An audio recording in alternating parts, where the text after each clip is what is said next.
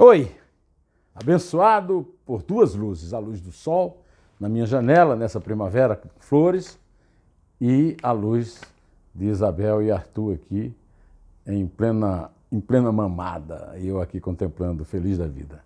Pois é, mas não estou feliz com o que está acontecendo no Brasil. Em primeiro lugar, por causa do Supremo Tribunal Federal. Esse antro, essa caverna, acaba de dar um golpe contra o Estado de Direito no Brasil. Por um motivo muito simples. Quem faz a lei é o poder legislativo. O poder judiciário não tem poder de fazer lei. Recentemente, esse mesmo Supremo Tribunal Federal inventou um dispositivo de defesa inexistente na lei. A lei da delação premiada e a Constituição não autorizam o Supremo a ter dado a Aldemir Bendini, ex-presidente do Banco do Brasil e da Petrobras, o cancelamento de sua condenação pelo juiz da Lava Jato, então Sérgio Moro, porque o juiz não se lembrou de dar a ele mais tempo para apresentar os seus argumentos de defesa, tendo direito a consultar o que dele disseram os delatores premiados, réus na mesma ação. Bom, você pode dizer, isso é justo. Não sei se é justo. O que eu sei é que não há na lei. Não há na lei, o Supremo não pode inventar. O Supremo não pode inventar lei. O Supremo pode interpretar a Constituição. Pois é, mas aí o Supremo agora, ontem, divulgando por baixo dos panos que, mais uma vez, ia desmoralizar a Lava Jato, deu o mesmo privilégio a um gerente da Petrobras. Ou seja, são os bandidões de estimação do Supremo. O Supremo não tem vergonha na cara e não respeita o mais elementar dos seus poderes, que é o poder de interpretar a Constituição e as leis e não de inventá-las. Quem faz a lei é o poder legislativo. Então, essa ignomínia foi praticada pelo Supremo inteiro, com uma maioria espetacular. Veja bem, 7 já votaram a favor disso. Alexandre de Moraes, Rosa Weber, Carmen Lúcia, Ricardo Lewandowski, Gilmar Mendes, Celso de Mello, que votaram mesmo, e o Dias Toffoli, que disse que vai votar na quarta-feira em respeito ao Marco Aurélio, que fugiu do trabalho, se mandou no meio da sessão e não votou. E aí o presidente do Supremo, em vez de repreendê-lo, mandá-lo sentar-se e votar, em homenagem a um amigo que vai por motivos pessoais não explicados sair da sessão, eu vou votar depois dele como convém a um presidente. Conviria a um presidente manter o mínimo de disciplina nessa zona de baixo meretrício que virou o Supremo. Pois bem, o pior é que as consequências disso são completamente imprevisíveis. Pelo seguinte, da mesma forma que o Bendini, o gerente da Petrobras, foi beneficiado, mas não se sabe se outros, como por exemplo o Lula, o serão, por um motivo muito simples. Em primeiro lugar, é que cada caso é um caso individual e vai provocar novo julgamento do Supremo. Em segundo lugar, porque existe um instituto do direito penal que proíbe o advogado de apresentar um argumento que ele tem esquecido de ter usado antes da condenação do seu constituído. É o caso. O Lula já foi condenado. Ninguém se lembrou disso e os advogados de Lula sempre estão atentos a quaisquer possibilidades de defesa, simplesmente não lembraram dessa possibilidade de criar uma lei nova através dos seus amiguinhos, dos seus compadritos lá do Supremo, e não recorreram a isso. Outros certamente não o terão feito e esses terminarão não tendo direito. Quem me advertiu para isso foi o meu amigo Zé Paulo Cavalcante Filho, que foi ministro da Justiça do Sarney, foi membro da Comissão da Verdade da Dilma e que foi um dos notáveis chamados pelo Tancredo Neves para escrever a nova Constituição que terminou sendo aprovada em 88, sem aproveitar a colaboração desses notáveis. Pois bem, os jornais todos caem no erro de, a partir das conversinhas de café e de corredores com os ministros incluírem a Lava Jato nas suas manchetes. A Lava Jato está sendo desmoralizada graças a essa atitude absolutamente anormal dos senhores ministros do Supremo, que agem como se fossem sócios, cúmplices desses bandidões que eles protegem. Eu quero lembrar, aqui, ó, vamos aqui, um por um, né?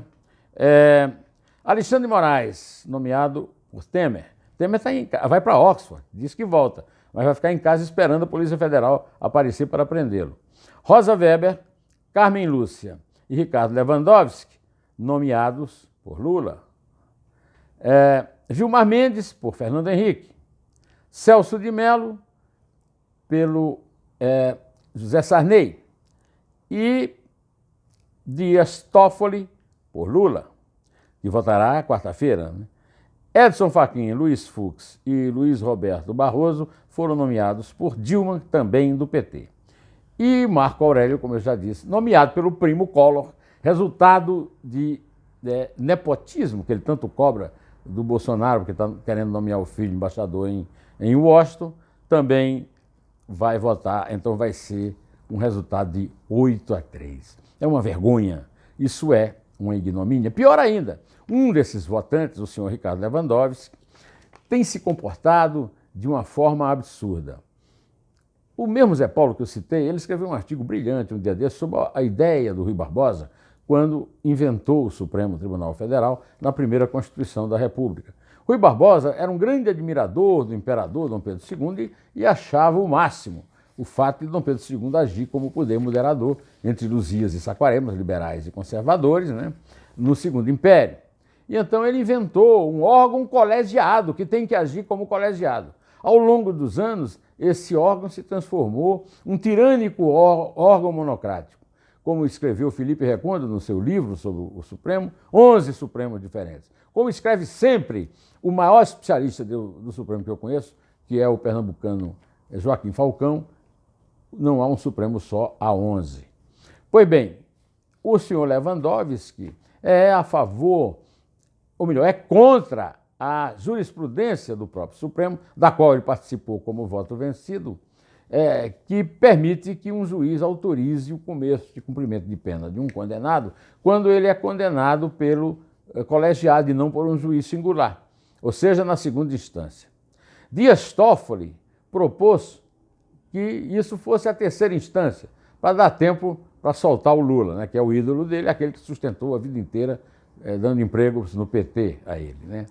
O resultado é que continua sendo a mesma jurisprudência, por 6-5, com resultado apertado, mas uma maioria, né? Eu aprendi na escola que 6 é mais do que 5. E o senhor Lewandowski parece que não aprendeu. Ele aproveitou a votação ontem desse absurdo para propor outro. Ele está entregando ao presidente, seu cúmplice, 80 casos em que ele, com decisões monocráticas, autorizou que presos condenados em segunda instância fossem soltos, tivessem habeas corpus.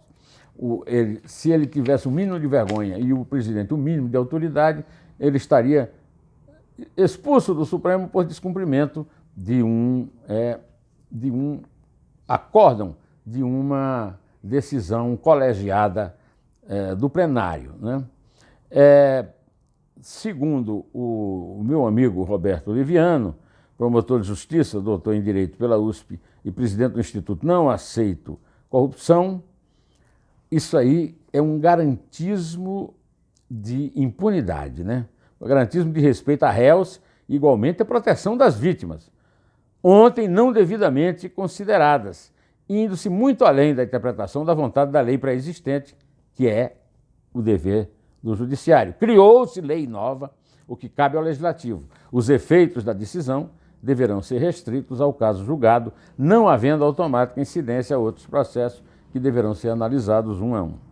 Antes de encerrar esse vídeo, eu gostaria de comentar o assunto, o bochicho do momento, né? O ex-procurador da Justiça, o ex-procurador-geral da República, Rodrigo Janot, disse ontem ao jornal Estado de São Paulo que no momento mais tenso de sua passagem pelo cargo, chegou aí armado para uma sessão do Supremo Tribunal Federal com a intenção de matar a tiros o ministro Gilmar Mendes. ia ser assassinato mesmo, não era uma ameaça, ele garantiu. Ele contou que ele pediu o afastamento por suspeição do Gilmar, num julgamento do Eike Batista, e o Gilmar disse, à boca pequena em Brasília, que a filha dele trabalhava para o departamento penal do advogado do Eike, né? E aí ele foi lá, em maio de 2017, na condição de chefe do Ministério Público, a tentar, botou um revólver e depois saiu e, num gesto raro de juízo, se retirou e foi substituído pelo subprocurador.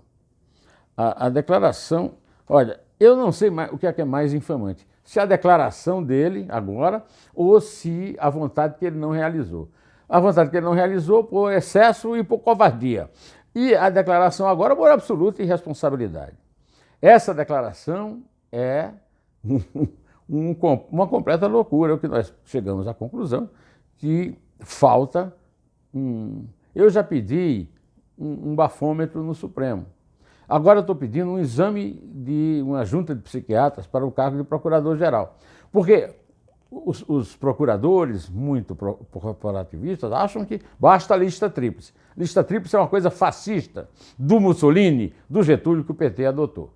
Adeus, lista tríplice, tomara que o Bolsonaro tenha inaugurado uma quebra de tradição que seja repetida. O presidente tem o direito constitucional de indicar. O que adianta a lista tríplice se indica um louco desse? Um louco irresponsável, covarde, e que usou do seu cargo para se beneficiar ideologicamente, no mínimo. E agora vem fazer uma confissão dessa, e o Gilmar Mendes já dá logo uma de gostosão, né? Não é não, viu? Mas, de qualquer maneira, e o Rodrigo Maia, que disse que qual investidor que vai investir num país em que o procurador-geral disse que pode matar um ministro do Supremo? Ô, Botafogo, vai tomar banho, não tem nada a ver uma coisa com a outra.